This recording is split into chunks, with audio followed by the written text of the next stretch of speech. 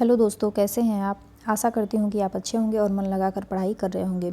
दोस्तों, हम इस वीडियो में KVS TGT के पाठ का अध्ययन कर रहे हैं, जो KVS TGT में हिंदी विषय से संबंधित है और हिंदी के ही हम बसंत भाग 1 में पाठ 6 को देख रहे हैं। और आज के पाठ का नाम है पार नज़र के। तो इस पाठ का क्या नाम है? पार नज़र के। और इसके रचनाकार हैं जयंत विष्णु नार्लिकर। क्या नाम है? जयंत विष्णु और नार्लिकर। जयंत विष्णु नार्लिकर।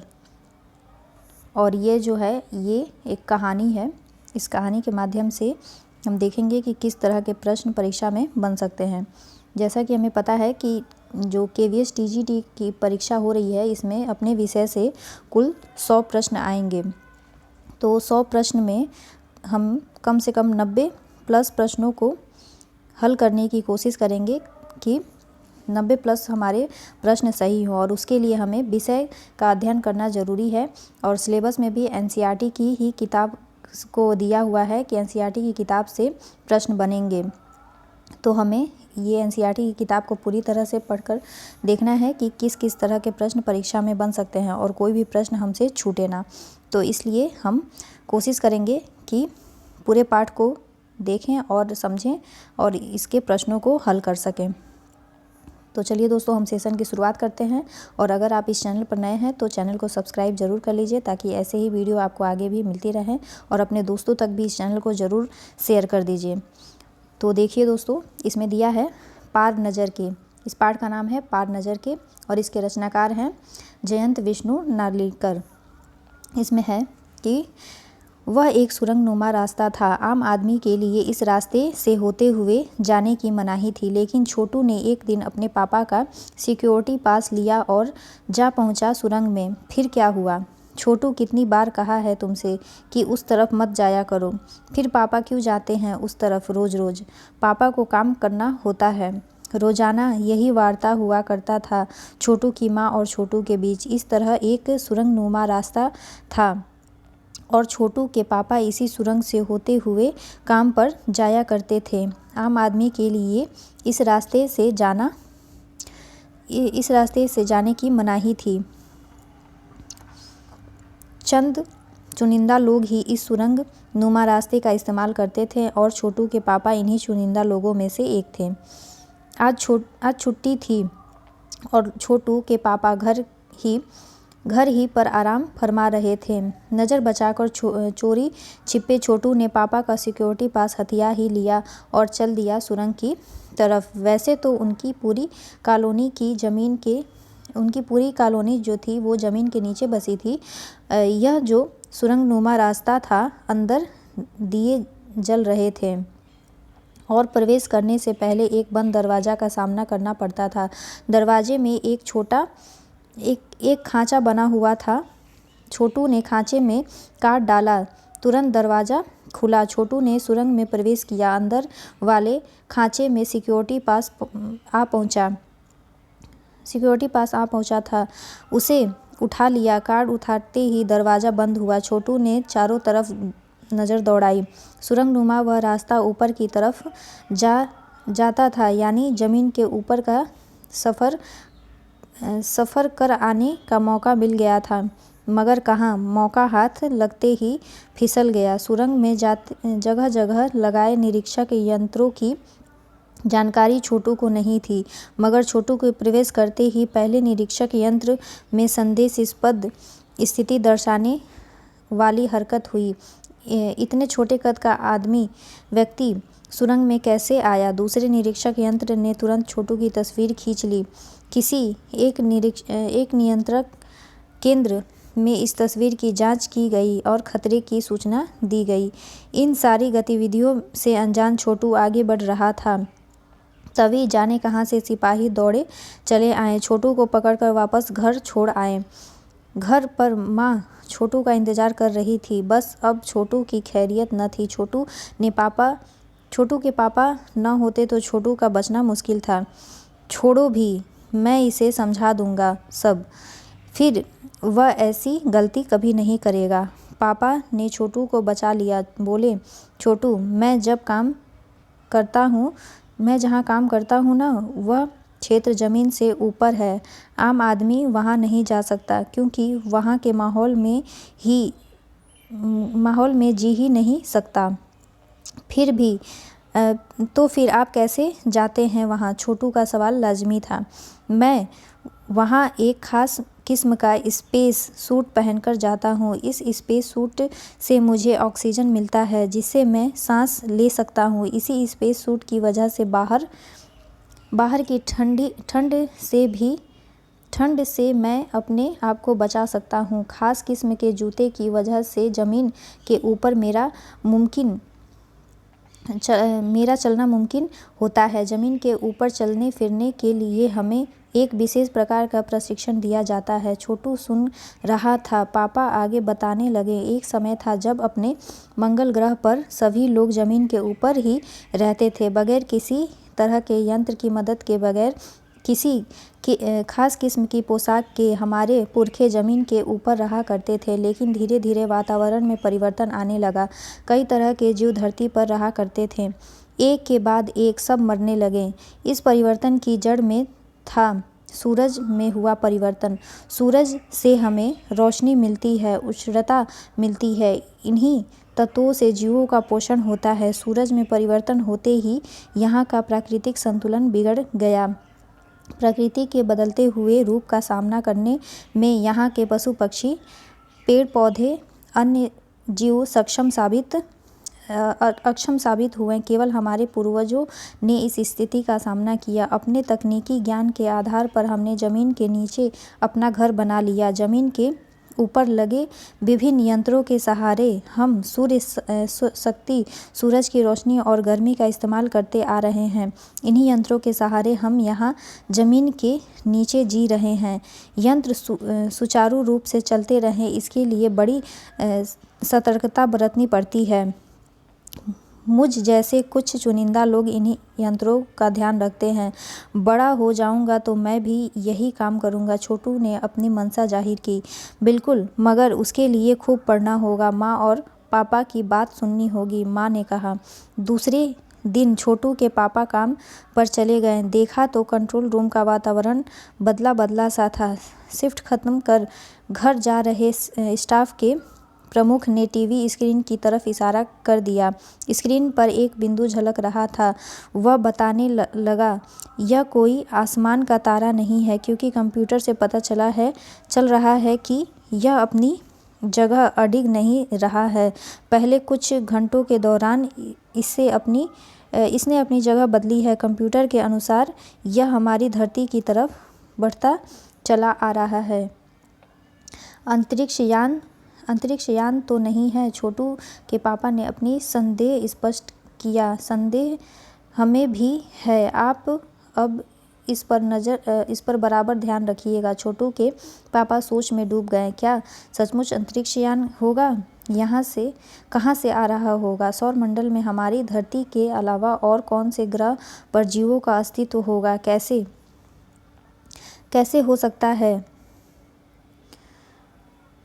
हो सकता है? और अगर होगा भी तो क्या इतनी प्रगति कर चुका होगा कि अंतरिक्ष यान छोड़ सके? वैसे तो हमारे पूर्वजों ने भी अंतरिक्ष यानों, उपग्रहों का प्रयोग किया था, मगर अब हमारे लिए यह असंभव है। इसके लिए आवश्यक मात्रा में ऊर्जा तो हो। काश इस नए मेहमान को नज़दीक से देखा जा सकता। हाँ, अगर वह इसी तरफ आ रहा होगा, तब तो यह संभव हो सकेगा। देखें, अब अंतरिक्ष यान में एक यांत्रिक हाथ बाहर निकला। हर पल उसकी लंबाई बढ़ती जा रही थी। छोटू के पापा ने अवलोकन जारी रखा। कॉलोनी की प्रबंध समिति की सभा बुलाई गई थी। अध्यक्ष भाषण दे रहे थे। हाल ही में मिली जानकारी से पता चलता है कि 2 अंतरिक्ष यान हमारे मंगल ग्रह की तरफ बढ़ते चले आ रहे हैं। इनमें से एक अंतरिक्ष यान हमारे गिर्द हमारे गिर्द चक्कर लगा रहा है। कंप्यूटर के अनुसार ये अंतरिक्ष यान नज़दीक के ही किसी ग्रह से छोड़े गए हैं। ऐसी हालत में हमें क्या करना चाहिए, इसकी कोई सुनिश्चित योजना बनानी ज़रूरी है। नंबर 1, आपका क्या ख्याल है? कॉलोनी की सुरक्षा की जिम्मेदारी पूरी जिम्मेदारी नंबर 1 पर थी। उन्होंने कुछ कागज़ समेटते हुए बोलना आरंभ किया। इन दोनों अंतरिक्ष यानों को जलाकर खाक कर देने की क्षमता हम रखते हैं, मगर इसमें हमें कोई जानकारी हासिल नहीं हो सकेगी। अंतरिक्ष यान बेकार कर ज़मीन पर उतरने तक मजबूर कर देने वाले यंत्र हमारे पास नहीं हैं। हालांकि अगर ये अंतरिक्ष यान खुद ब खुद ज़मीन पर उतरते हैं तो इन्हें बेकार कर देने की क्षमता हमें अवश्य है। मेरी जानकारी के अनुसार इन अंतरिक्ष यानों में सिर्फ यंत्र हैं, किसी तरह के जीव इसमें सवार नहीं हैं। नंबर 1 की बात सही लगती है। नंबर 2 एक वैज्ञानिक थे। वे बोले, हालांकि यंत्रों को बेकार कर देने में भी खतरा है। इनके बेकार होते ही दूसरे ग्रह के लोग हमारे बारे में जान जाएंगे। इसलिए मेरी राय में हमें सिर्फ अवलोकन करते रहना चाहिए। जहाँ तक हो सके हमें अपने अस्तित्व को छिपाए ही रखना चाहिए, क्योंकि वो हो सकता है जिन लोगों ने अंतरिक्ष यान भेजे हैं वे कल को इनसे भी बड़े सक्षम अंतरिक्ष यान भेजें। हमें यहाँ का प्रबंध कुछ इस तरह रखना चाहिए कि जिससे इन यंत्रों को यह गलतफहमी हो कि इस ज़मीन पर कोई भी चीज़ इतनी महत्वपूर्ण नहीं है कि जिससे वे लाभ उठा सके। अध्यक्ष महोदय से मैं यह दरख्वास्त करता हूँ कि इस तरह का प्रबंध हमारे यहाँ किया जाए। नंबर 3 सामाजिक व्यवस्था का काम करते थे। उनकी बात के जवाब में अध्यक्ष कुछ बोलने जा ही रहे थे कि फ़ोन की घंटी बजी। अध्यक्ष ने चोंगा उठाया। 1 मिनट बाद सभा को संबोधित करते हुए उन्होंने कहा, भाइयों, अंतरिक्ष यान क्रमांक 1 हमारी ज़मीन पर उतर चुका है। वह दिन छोटू के लिए बड़ा ही महत्वपूर्ण था। पापा उसे कंट्रोल रूम ले गए थे। छोटू ने यहाँ से अंतरिक्ष यान क्रमांक 1 साफ नज़र आ रहा था। कैसा अजीब लग रहा है यहाँ। इसके अंदर क्या होगा पापा? छोटू ने पूछा। अभी नहीं बताया जा सकता। दूर से ही उसका निरीक्षण जारी है। उस पर बराबर हमारा ध्यान है कि उसके हर अंग पर हमारा नियंत्रण है। वक्त आने पर ही हम अगला कदम उठाएंगे, छोटू के पापा ने बताया। उन्होंने छोटू को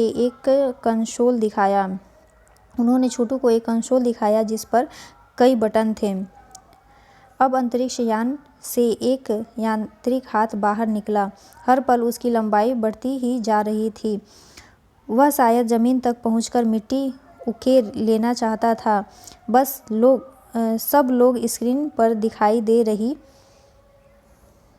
दे रही अंतरिक्ष यान की इस हरकत को ध्यान से देख रहे थे, सिवाय एक के। उसका ध्यान कहीं और ही था। छोटू का सारा ध्यान था कंसोल पैनल पर। कंसोल का एक बटन दबाने की अपनी इच्छा को वह रोक नहीं पाया। वह लाल बटन उसे बरबस अपनी तरफ खींच रहा था और सहसा खतरे की घंटी बजी। सबकी निगाहें कंसोल की तरफ मुड़ी। पापा ने छोटू को अपनी तरफ खींचते हुए एक झापड़ रसीद कर दिया और लाल बटन को पूर्व स्थिति में ला रखा, मगर उस तरफ अब अंतरिक्ष यान के उस यांत्रिक हाथ की हरकत सहसा रुक गई थी। यंत्र बेकार हो गया था। उधर पृथ्वी पर national aeronautics and space administration यानी नासा द्वारा प्रस्तुत वक्तव्य ने सबका ध्यान अपनी तरफ आकर्षित कर लिया। मंगल की धरती पर उतरा हुआ अंतरिक्ष यान वाइकिंग अपना निर्धारित कार्य कर रहा है। हालांकि उसकी अज्ञात कारणवश अंतरिक्ष यान का यांत्रिक हाथ बेकार हो गया है।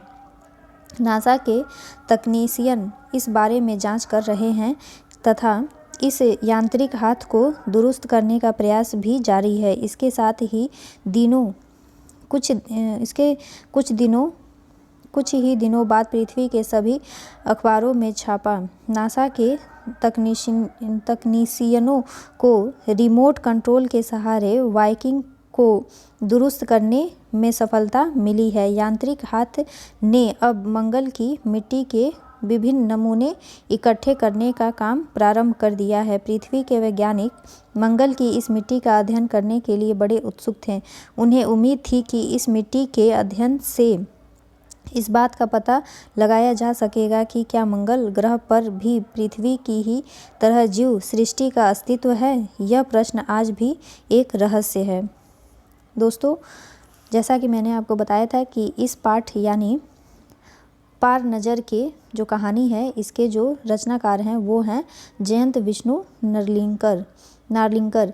इन्होंने जयंत विष्णु नार्लिंकर ये जो कहानी है ये मराठी से अनुवाद किया था रेखा देश पांडे ने। तो ये भी प्रश्न परीक्षा में आ सकता है कि पार नज़र के जो पाठ है इसको मराठी से अनुवाद किसने किया था, वो रेखा देश पांडे ने किया था। और इस किताब में जिन्होंने ये छपवाया था वो है जयंत विष्णु नार्लिंकर।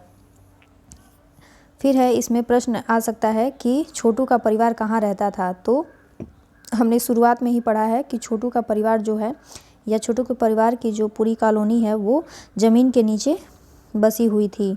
तो ये यहाँ लिखा है कि ज़मीन के नीचे बसी हुई थी। छोटू के परिवार के लोग जिस कॉलोनी में रहते थे वो कॉलोनी जो थी वो ज़मीन के नीचे थी। फिर इसमें ये प्रश्न आ सकता है कि जो नासा था इसका फुल फॉर्म क्या है। नासा का जो फुल फॉर्म है वो है national aeronautics and space administration.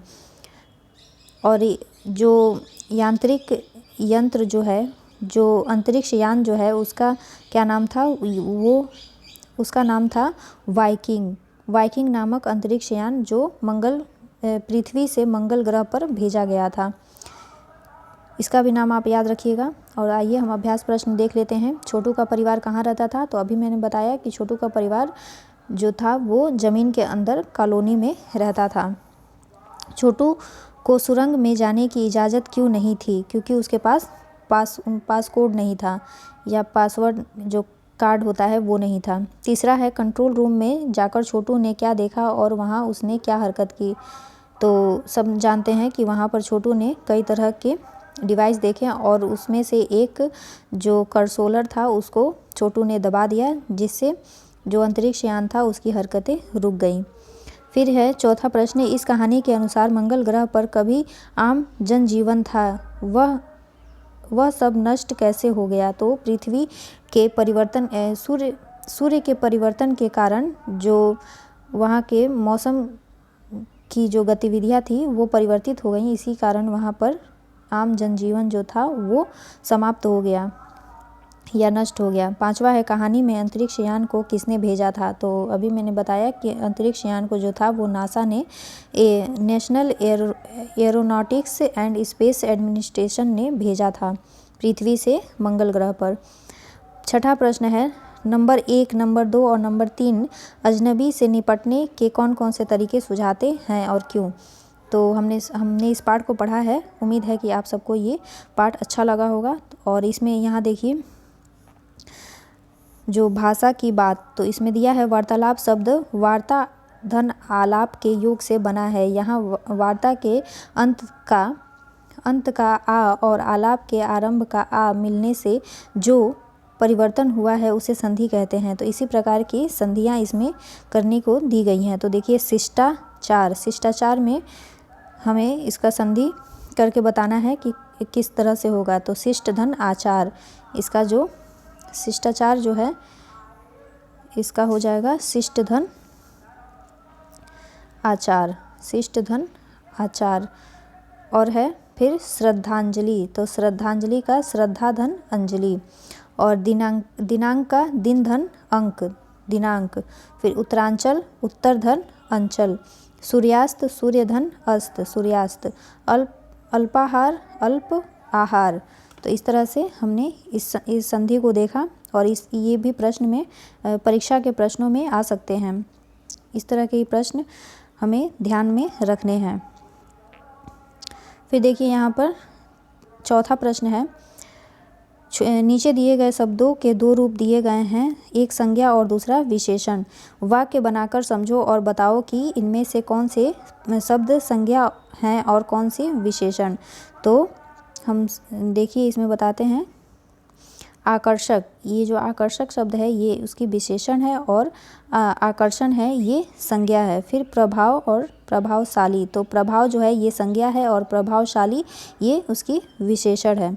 फिर प्रेरक, प्रेरक जो है ये विशेषण है और प्रेरक, प्रेरणा जो है ये विशेषण है और प्रेरक जो है ये संज्ञा है। प्रतिभाशाली, प्रतिभाशाली ये विशेषण है और प्रतिभा जो है ये संज्ञा है। तो इस प्रकार से हमने प्रमुख प्रश्नों को भी देख लिया और उम्मीद है कि आपको ये पाठ पसंद आया होगा और समझ में भी आया होगा। तो दोस्तों आप इस चैनल को ज़रूर सब्सक्राइब कर लें और इसको ज़्यादा से ज़्यादा लोगों तक शेयर भी करें ताकि मुझे मोटिवेशन मिल सके और ऐसे ही प्रश्न और ऐसे ही पाठों को मैं आपको आगे भी लेकर आती रहूं। तब तक के लिए आप सबका धन्यवाद।